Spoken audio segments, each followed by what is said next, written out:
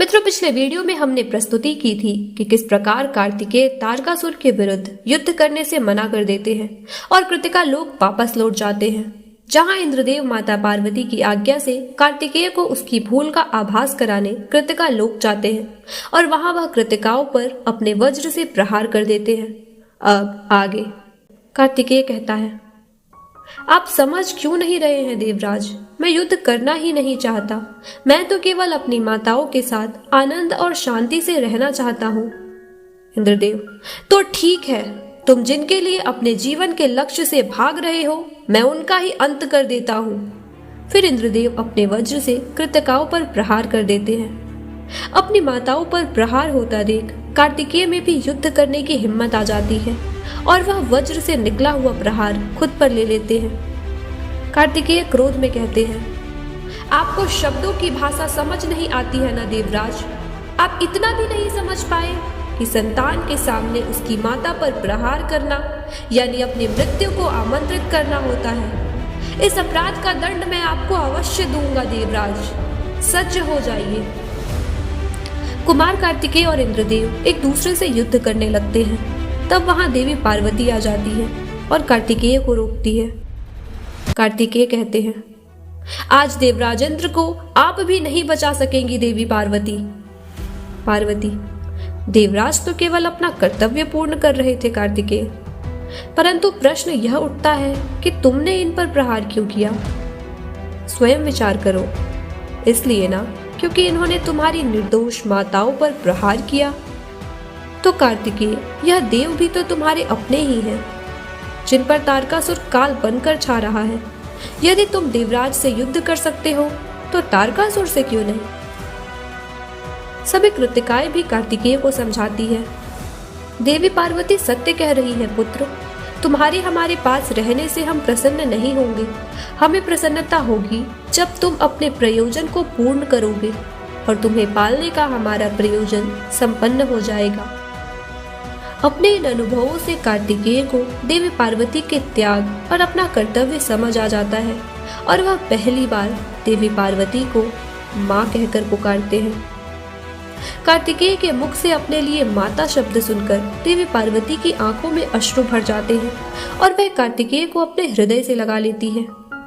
कार्तिकेय अपनी भूल के लिए माता पार्वती से माफी मांगते हैं।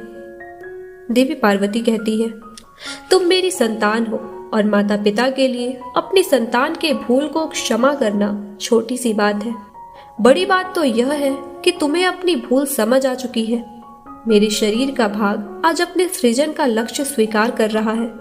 इससे बड़ी प्रसन्नता की बात मेरे लिए और क्या होगी?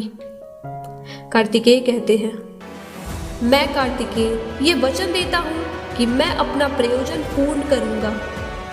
फिर माता पार्वती और कार्तिकेय कैलाश चले जाते हैं। इधर तारकासुर सभी देवताओं और नंदी को बंदी बना लेता है और इन पर अत्याचार करने लगता है। इधर महादेव कहते हैं, कैलाश पर तुम्हारा फिर से स्वागत है कार्तिकेय। क्या तुम अपने लक्ष्य के लिए सज्ज हो? कार्तिकेय महादेव से भी माफी मांगते हैं और कहते हैं, मुझसे भूल हुई पिताश्री, परंतु अब मैं सज्ज हूँ अपने प्रयोजन के लिए, उस तारकासुर से युद्ध करने के लिए। फिर महादेव और देवी पार्वती दोनों मिलकर कार्तिकेय को युद्ध के लिए प्रशिक्षण देना प्रारंभ करते हैं।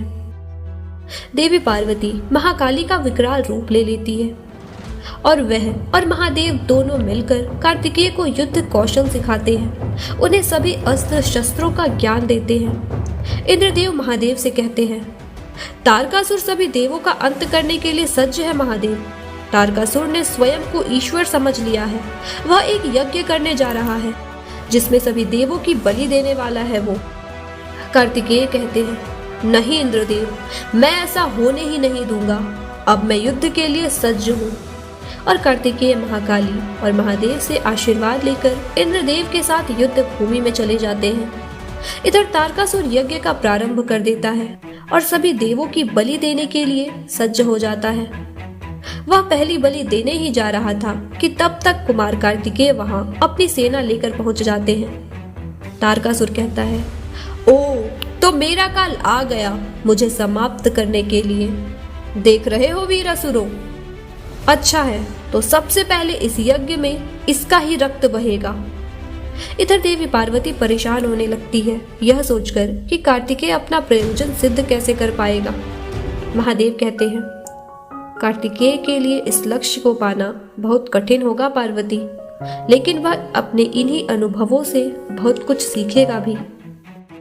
इधर देवता और असुरों में युद्ध छिड़ जाता है, जिससे सभी देवता पूरी तरह से जख्मी हो जाते हैं और तारकासुर जोर जोर से ठहाके मार कर हंसने लगता है। वह कार्तिकेय को कहता है, जाओ बालक जाओ, अपनी माँ की पल्लू में छुप जाओ, तुम महान तारकासुर का कुछ नहीं बिगाड़ सकते। फिर कार्तिकेय और तारकासुर के बीच युद्ध होने लगता है। इस युद्ध में कार्तिकेय बुरी तरह से घायल हो जाते हैं। वह लहूलुहान होकर जमीन पर बेसुध अवस्था में गिर जाते हैं। तारकासुर ठहाके लगाते हुए कहता है, देख रहे हो देवो, तारकासुर का अंत करने वाला आज खुद अपनी अंतिम सांसें गिन रहा है। तभी वहां महाकाली आती है और तारकासुर से युद्ध करती है।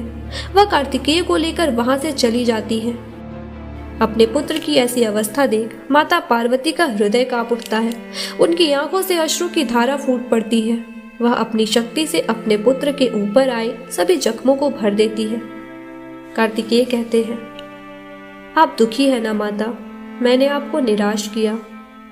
पार्वती, नहीं पुत्र, मैं दुखी नहीं, प्रसन्न हूँ, क्योंकि तुमने प्रयास किया, तुमने अपना साहस नहीं खोया। तुम्हारी बहादुरी से आज मैं अत्यंत प्रसन्न हूँ पुत्र। मित्रों, आज के लिए बस इतना ही। वीडियो अधिक लंबा ना हो, इसलिए इसके आगे की प्रस्तुति हम अपने अगले वीडियो में करेंगे। तब तक के लिए अपना ख्याल रखें। जय महाकाली।